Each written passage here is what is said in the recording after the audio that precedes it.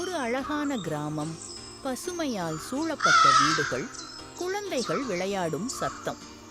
மாலா என்ற சிறுமி 7 வயது, எப்போதும் புன்னகையுடன் தோட்டத்தில் மலர்களுடன் ஓடுகிறாள்.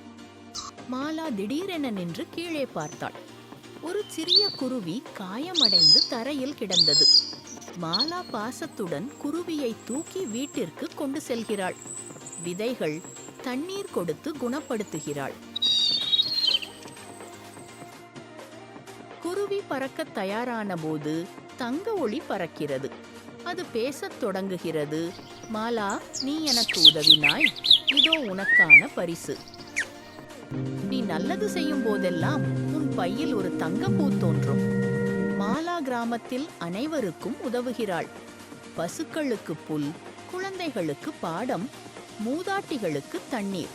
தங்கப்பூக்கள் பிரகாசமாகும். பள்ளி, கிணறு, தோட்டம், கிராமம் இப்போது மகிழ்ச்சியுடன் நிறைந்தது. மாலா தோட்டத்தில் நின்று புன்னகைக்கிறாள். மந்திர குருவி அவள் தோளில் அமர்ந்துள்ளது. நல்ல மனம் கொண்டவர்களுக்கு எப்போதும் ஆசீர்வாதம் கிடைக்கும்.